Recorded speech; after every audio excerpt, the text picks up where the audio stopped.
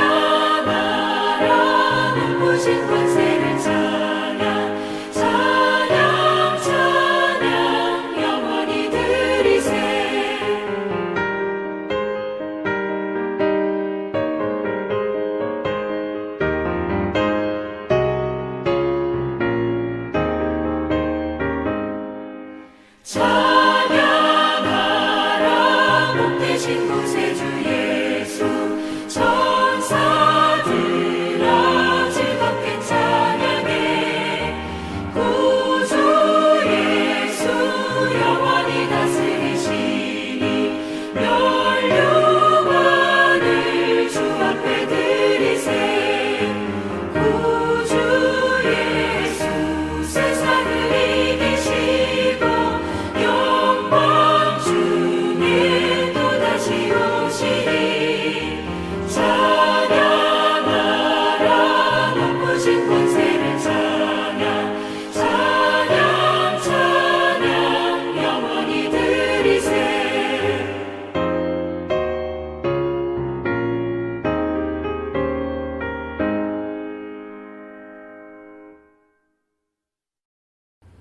아멘. 기도하겠습니다.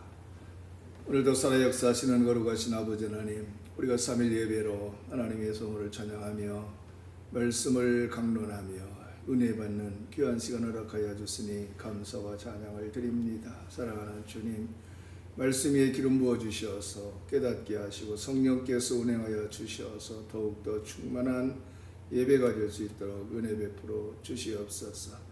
사랑하는 만석교회를 축복하사 전도의 열매가 맺혀지게 도와 주옵소서. 우리의 전도 계획이 합력하여 선을 이루게 하여 주시어서 하나님 많은 사람들이 교회를 알고 또한 구원의 통로가 되어질 수 있도록 하나님 함께하여 주시옵소서. 성도들의 영육간의 강건함을 축복하여 주시고 경제적인 축복을 허락하시며 하나님 저희 수고하게 쓰는 모든 것들로 하나님 모든 분복을 누리며 살아갈 수 있도록 은혜 베풀어 주시옵소서. 날마다 삶의 현장에서 성령께서 함께 하시고 운행하시고 동행하시는 아름다운 역사가 있게 하여 주셔서 날마다 기적을 체험하는 복된 삶이 되도록 은혜 베풀어 주시옵소서. 오늘도 말씀을 주님께 의지하며 예수님의 이름으로 기도합나이다. 아멘. 짧은 구절이기에 제가 공독하겠습니다. 요한계시록 5장 1절로 4절 말씀 공독해 드리겠습니다. 내가 봄에 보좌에 앉으신 이의 오른손에 두루마리가 있으니 안팎으로 썼고 7인으로 봉하였더라.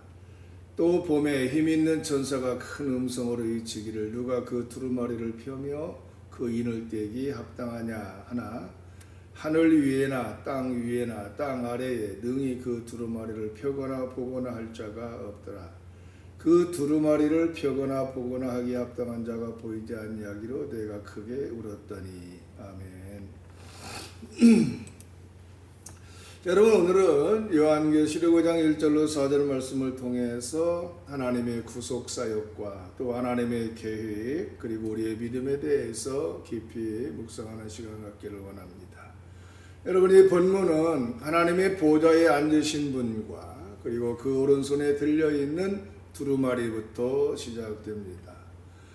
이 두루마리는 구속과 심판의 계획이 담긴 매우 중요한 문서입니다. 그러나 하늘과 땅 그리고 땅 아래 어느 곳에도 그 두루마리를 펼칠 수 있는 존재가 보이지 않습니다. 그래서 사도 요한은 깊은 좌절과 함께 눈물을 흘렸습니다. 하지만 이 절망의 순간에도 하나님께서는 이미 해답을 준비해 두셨습니다.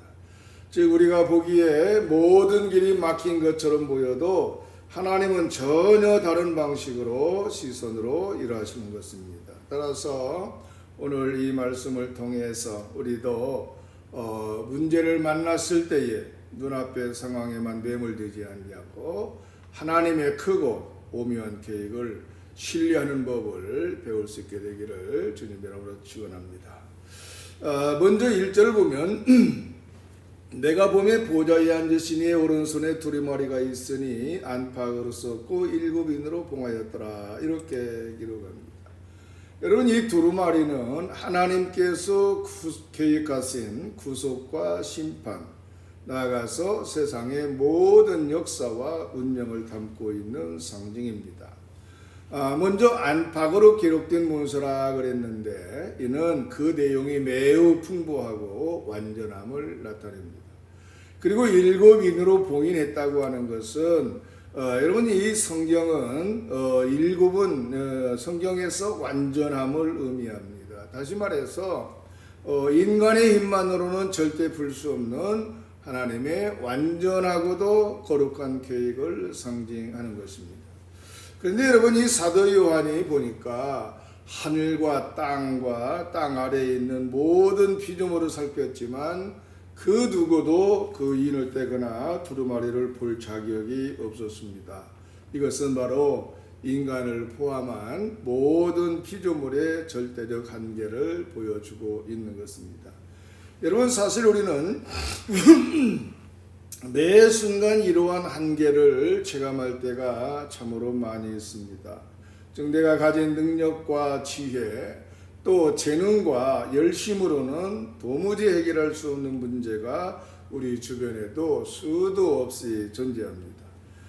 그러나 이 사실은 우리가 낙심해야 된다, 이러한 뜻이 아니라 오히려 겸손과 신앙을 배우라는 메시지라고 하는 것을 우리가 깨달아야 됩니다. 여러분, 하나님의 뜻은 인간의 무능을 통해서 더욱더 선명하게 드러나며 우리는 그 뜻을 바라볼 때 진정한 소망을 발견합니다. 4절에 보면 그 두루마리를 펴거나 보거나 하기에 합당한 자가 보이지 아니하기로 내가 크게 울었더니, 이렇게 말씀을 하고 있죠. 여러분, 사도 요한이 울었다고 하는 것은 믿음의 사람도 절망을 경험한다고 하는 것을 의미합니다. 그러나 성경은 우리의 눈물이 결코 헛되지 않다고 하는 것을 반복적으로 알려줍니다. 즉, 우리가 문제 앞에서 절망하고 한계를 느낄 때에 그 상황은 오히려 하나님의 섭리를 깨닫는 통로가 될 수 있다고 하는 말씀입니다. 바로 하나님의 위대하심과 우리의 연약함이 선명하게 대조되기 때문인 것입니다. 여러분, 사도 요한은 문제만 바라보고, 다시 말해서 두루마리를 열 자가 없는 상황만 바라보고 낙심했지만 곧 이어서 하나님께서 이미 예비해 두신 길, 즉 죽임을 당하신 어린 양 예수 그리스도를 발견하게 되어집니다. 여러분, 하나님은 우리의 시야로는 볼 수 없는 차원에서 일하시는 분이라고 하는 것을 우리가 늘 기억해야 됩니다. 여러분, 사실 우리는 한 부분만 바라보는 것이 인간의 실체입니다. 즉, 눈앞의 상황 또는 제한된 정보, 불투명한 미래, 이러한 것만을 우리는 바라봅니다. 그러나 하나님은 전체를 바라봅니다. 바로 태초부터 종말까지, 또 보이지 않는 영적 세계까지 하나님께서는 친히 주관하십니다. 따라서 우리가 이 차이를 인식하면 우리는 문제 앞에서 즉각적인 절망감에 빠지기보다는 하나님의 전체적 구원 계획을 묵상할 수 있게 되는 것입니다. 그리고 우리의 이러한 무력함이 드러날 때에 하나님의 능력이 더욱더 빛을 발하게 됩니다. 여러분, 히브리서 11장 1절에 보면 믿음은 바라는 것들의 실상이요 보이지 않는 것들의 증거라, 이렇게 말합니다. 즉, 요한계시록 5장의 상황에서도 요한은 열쇠가 없다고 여겨서 우는 지경에 이르렀지만 곧 하나님의 은혜로 어린 양 되신 예수님을 다시 바라봄으로써 절망에서 벗어나게 됩니다. 따라서 여러분, 우리 또한 믿음으로 살아갈 때 지금은 보이지 않지만 하나님이 이미 준비해 두신 길을 확신하게 됩니다. 그리고 이 확신이 곧 우리의 삶의 태도와 행동을 변화시키는 것입니다. 그런데 여러분, 사람이 절망을 느낀다고 하는 것은 죄가 아닙니다. 믿음의 거장들도 눈물과 좌절을 경험했습니다. 중요한 것은 절망 속에서 어떻게 다시 일어날 것인가 라고 하는 점이죠. 요한은 어떠한 인간도 이 문제를 해결할 수 없음을 깨닫는 순간 울었지만 그것이 끝이 아니었습니다. 바로 그는 어린 양 예수 그리스도가 두루마리를 펼칠 유일한 자격을 가지셨다라고 하는 사실을 깨달았고 거기서 희망을 발견했습니다. 다시 말하면 여러분, 우리의 시야가 인간이 아닌 예수 그리스도께 고정될 때 비로소 절망의 나락에서 일어설 수 있는 힘을 얻게 되어지는 것입니다. 사랑하는 성도 여러분, 우리는 인생을 살면서 종종 큰 벽에 부딪힙니다. 아무리 애써도 해결되지 않는 문제들, 도저히 열리지 않은 문들이 있습니다. 그러나 바로 이러한 때에 낙심하기보다는 여기에도 하나님의 뜻이 담겨 있을 것이다 라고 하는 믿음으로 바라봐야 합니다. 바로 하나님은 인간의 힘으로는 닫혀있는 문을 하나님의 방법으로 여시는 분이십니다. 여러분, 사도 요한이 절망했지만 하나님은 이미 해답을 준비해 두셨습니다. 우리의 삶의 현장에서 이러한 비슷한 상황을 겪을 수가 있습니다. 즉 기도해도 응답이 없는 것 같고 또 애써도 변화가 없는 듯 보일 때 우리는 정말 길이 없는 것은 아닐까 이런 생각을 하게 되어집니다. 그러나 하나님의 섭리는 우리의 생각을 초월합니다. 결국 가장 중요한 것은 내가 보이지 않는 미래를 하나님은 보고 계시다라고 하는 사실을 붙드는 일입니다. 바로 우리가 눈물을 흘리는 그 자리에 하나님은 이미 손을 내밀어 우리를 붙잡고 계시는 것입니다. 여러분, 신앙의 기본은 바로 기도와 말씀 묵상입니다. 우리는 이것을 통해서 하나님의 음성을 듣고 또 그분의 성품을 닮아가는 것입니다. 그리고 하나님의 시계는 우리의 시계와 다릅니다. 때로는 즉각적인 응답이 없을 수 있지만 그럴수록 믿음으로 순종하고 기다려야 되는 것입니다. 뿐만 아니라 문제의 해결 여부와 상관없이 구원의 하나님을 찬양할 때 우리의 시선이 문제에서 하나님께로 옮겨집니다. 여러분, 하나님은 우리의 예배와 우리의 경배를 통해서 영광 받으시고 동시에 우리의 믿음을 더욱더 견고하게 세워주십니다. 여러분, 혹여 질병이나 재정 문제 또는 대인관계 또는 진로 문제 등등의 문제로 앞이 막혀 보이지 아니할 때에 바로 오늘 우리가 함께 공부한 요한계시록 5장의 장면을 한번 깊이 떠올려 보시기를 바랍니다. 스스로 해결할 수 없어서 눈물을 흘릴지라도 바로 그곳에서도 하나님은 길을 예비하고 계십니다. 여러분, 믿음의 본질은 단순히 문제 해결이 아니라 바로 문제를 통해서 하나님을 더욱 깊이 알아가는 것입니다. 즉 우리가 절망 속에서 하나님의 구원 역사를 경험할 때 우리 신앙은 한층 더 성숙해집니다. 사랑하는 성도 여러분, 우리가 오늘은 요한계시록 5장 1절로 4절 말씀을 통해서 하나님께서 보좌에서 두루마리를 들고 계시고 아무도 그 인을 떼지 못하는 상황에서 사도 요한이 절망하여 울었던 장면을 묵상했습니다. 그러나 곧이어 어린 양 되신 예수 그리스도께서 그 두루마리를 펼칠 수 있는 유일한 분임이 드러납니다. 여러분, 사실은 이 사실은 우리의 삶에도 아주 깊은 교훈을 주는 말씀입니다. 즉 우리가 좌절하고 또 우리가 눈물을 흘릴 수 있지만 하나님은 이미 구원의 길 또는 회복의 길을 예비해 두셨다고 하는 것입니다. 따라서 믿음이란 지금 내 눈앞에 그 해답이 보이지 않아도 하나님의 선하심과 하나님의 전능하심을 신뢰하는 것입니다.